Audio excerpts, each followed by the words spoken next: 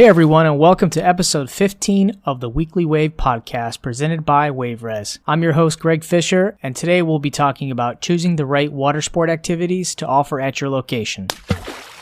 Now, before you sign a lease and open up your business, you should already know what you're going to offer, but what happens when you're ready to expand and offer different options? Let's talk about some steps you should take before making these big purchases. The first thing you need to do before adding a new activity is check with your marina manager and the city or county you are operating in.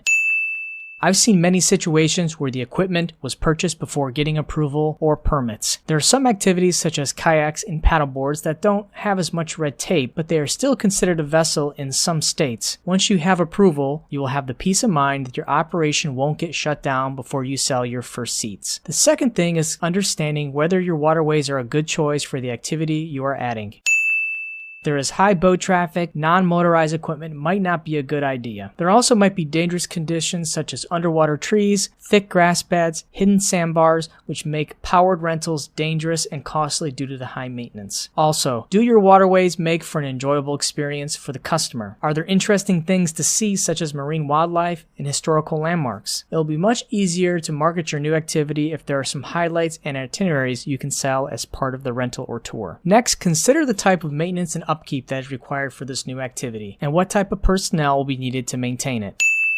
Tour boats typically have diesel engines and mechanics are not easy to come by. You also need a licensed captain to operate the vessel, which can be difficult to find depending on the capacity and type of tour. There are times where you can make the same amount of profit renting kayaks compared to running a chartered vessel, so my advice is to never do something stressful unless you absolutely love doing it. Lastly, focus on adding activities that are popular but not currently offered in your area.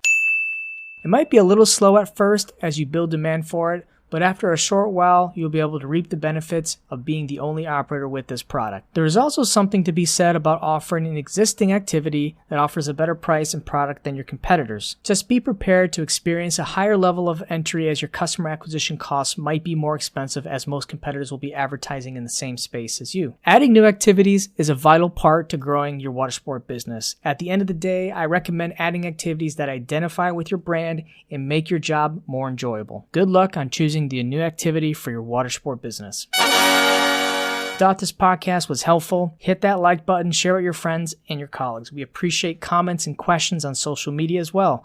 We also appreciate you reviewing the Weekly Wave on your favorite podcast app. Again, I'm Greg Fisher, and thanks for listening to the Weekly Wave.